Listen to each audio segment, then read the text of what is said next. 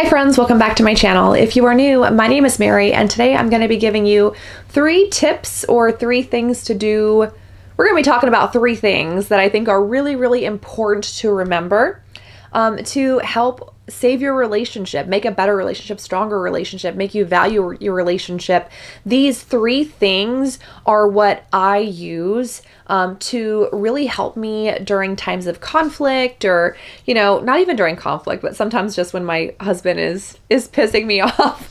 I use these 3 things to kind of help with resetting where I am energetically so that I can really appreciate the relationship, heal the relationship, and we're both just so much happier as a result. So I am 36 years old, and I'm happily married to the love of my life. He's an amazing man, but he's a man, and so sometimes he gets on my nerves, or he does things differently than I would do, or things don't go my way, or whatever it is. Like, we have an amazing marriage. We don't have a perfect marriage. No one has a perfect marriage. No one has a perfect relationship, but I do honestly believe that we're perfect for each other. I do have one failed marriage under my belt. I was married once before, and it was an absolute flaming dumpster fire of a relationship. So thankfully, I took lessons that I learned from that relationship and lessons that I learned through reading a lot of books, watching a lot of videos, talking to a lot of professionals in this industry, and had a lot of epiphanies about things that I did wrong in my last marriage. Now, that does not mean I want to go into a time machine and go back and save it, because I don't think we were a good fit for each other. But it did help me realize the things that I could have done better. And I've taken those lessons learned and pulled them into my marriage with my forever husband, Derek. And we just have the best relationship as a result. So I feel like it would be unfair of me to hold on to these little secrets and not share them with the world. So here we are. So the first thing, and these are more like, these aren't things necessarily to do. These are things for you to remember, like things to really help you with your perspective as you are, navigating your relationship. So the first thing that I want you to remember, whenever your husband is doing something that you despise, or, whatever it is, like the things that I hear a lot from my peers who are married or in long-term relationships is, complaints about little traits that their husband has. Maybe they're someone who is always a little bit late for everything, like in the case of my husband, or maybe they have a bad habit of, smoking, or maybe they have this hobby and it's basketball with the boys 3 nights a week, right? And I have friends who hate these things, and they harp on their partners, and they resent them for it, and they're aggravated by it. And what I think is really important to remember is that this is the man that you chose.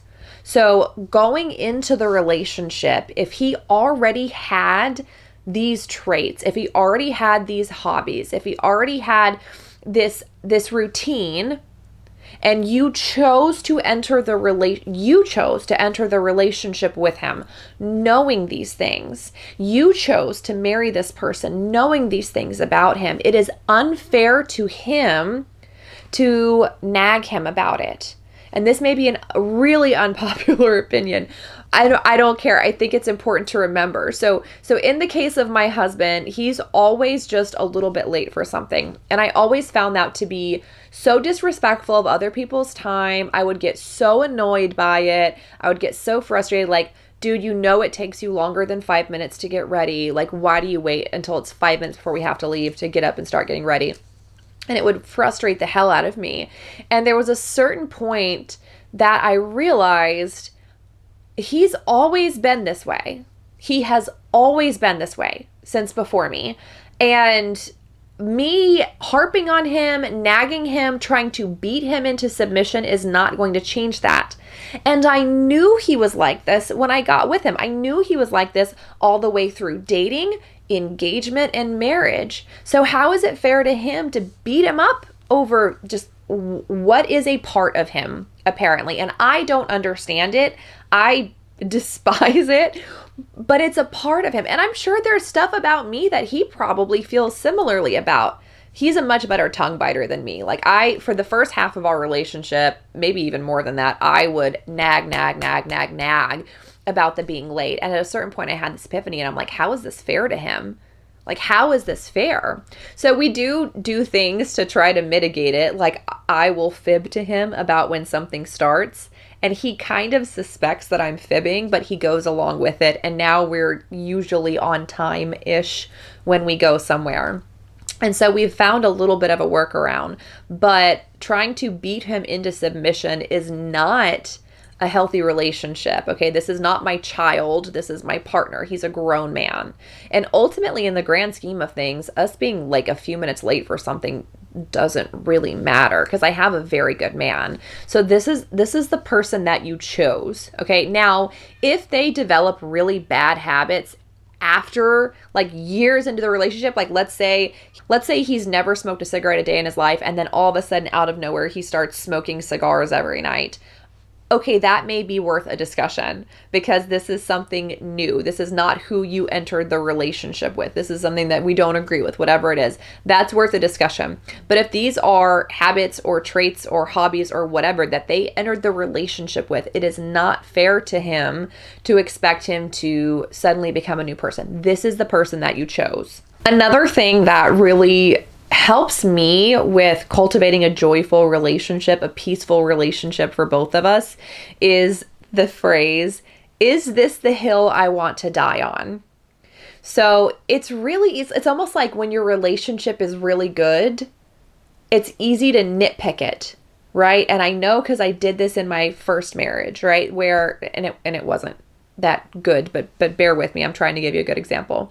Where, maybe things are going okay, you're peaceful, you're not fighting, they're not doing anything horrible, but you pick a fight over something really, really small because it's irking you, because it's bugging you, because it needs to be addressed, whatever. It's going to drive you crazy if you don't talk about how he ate your leftovers without asking you.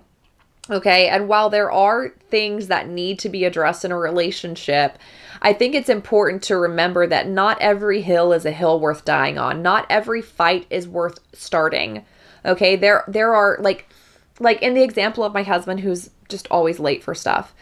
It used to really bother me. It used to really work me up. And now whenever I feel myself starting to get annoyed or anxious or angry because, oh my God, you knew this dinner is something I was really looking forward to. I spent the last 2 hours getting ready. Why can't you be ready on time, right? I would think to myself, is this really worth, like, if we are 5 minutes late for our dinner reservation, is it really that big of a deal? Is this really the hill I want to die on? Do I really want to start nagging at him and picking a fight with him on the way to the restaurant, potentially ruining our entire night? Okay, because we're 5 minutes late. Like, does it really matter that much? Okay, and there may be times where, yes, this is a hill worth dying on. It could be that you're not 5 minutes late for, a random dinner reservation. You're half an hour late for your parents' wedding anniversary celebration. That would be something that, like, okay, yeah, we need to talk about this. And if it leads to an argument, so be it. This needs to be addressed. That is an example of when I would say, yeah, this hill's totally worth freaking dying on, right? Not every hill is a hill worth dying on. And I think that that's really important to remember. Like, why disrupt the peace of your relationship? Why disrupt your own peace if it's truly not worth it, if it truly does not matter? And then finally, something that I remind myself of whenever I just want to, I don't know what it is about me. And I know other women do this too, where we just want to you just want to pick at your husband and just, oh, you're good, baby, but I'm going to make you great. And he's not a freaking project. He's a grown ass man. He's not a child that you need to tell how to dress. Okay. There are times that I go out with my husband and I decide I really want to dress up that night. And just because I decide I really want to dress up that night doesn't mean that he feels the same way. So there have been times that we've went out and I'm looking, whew, I brought out all the bells and whistle and he's wearing a t-shirt and jeans. Okay. And we may look mismatched as hell, but I'm not going to tell him how to dress because he's a grown ass man and he can dress himself.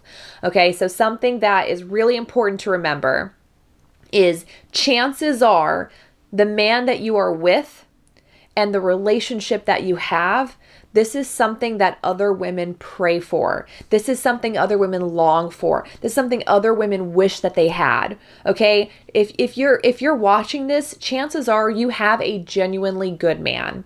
I have a genuinely good man. Okay, that does not mean he's perfect. That does not mean he never gets on my nerves or does things to annoy me. But I have a good man. I have a man who is kind and gentle and faithful and giving and funny and a freaking rock star in bed. I have a good husband who brings me so much joy and love and happiness and fulfillment. Okay, I know that there are other women out there who are longing to have the kind of marriage that I have. Okay, and having that perspective really makes me so grateful for the marriage that I have and the man that I am with. And when you feel this gratitude for all of the love that he gives and how he spoils me and he gets me flowers and he does little thoughtful things around the house for me, because my husband is like an acts of service, gift giving, love language guy. Whenever I see all the ways that he shows his love for me, it makes it a hell of a lot harder for me to talk down to him or belittle him or nitpick him or nag him. Okay, because I know that there are thousands of women out there who would love to have what I have, who would love to lay their head down next to a man like him or him every single night. And so I am abundantly grateful to have the love that I do and the husband that I do and the marriage that I do. And so what I want you to have is this perspective of, holy crap, I really am lucky. We tend to get so accustomed to our lives and accustomed to the people in our lives that we tend to take them for granted. Okay, so I remind myself every damn day that this is a life that other people are longing for, and I am so grateful for it. Now, that doesn't mean that that I'm not willing to address problems with my husband as problems arise through life, which they will. But it means that if it's something tiny and small and insignificant, I'm not going to let it disrupt our peace. So if you found this video helpful and you would like to see more videos like this in the future, drop a comment below. I am always happy to take requests. And as always, if you like me, if you like my content, click the subscribe button because I publish videos here every Friday. Thank you so much, and I look forward to seeing the next one. Bye, friends.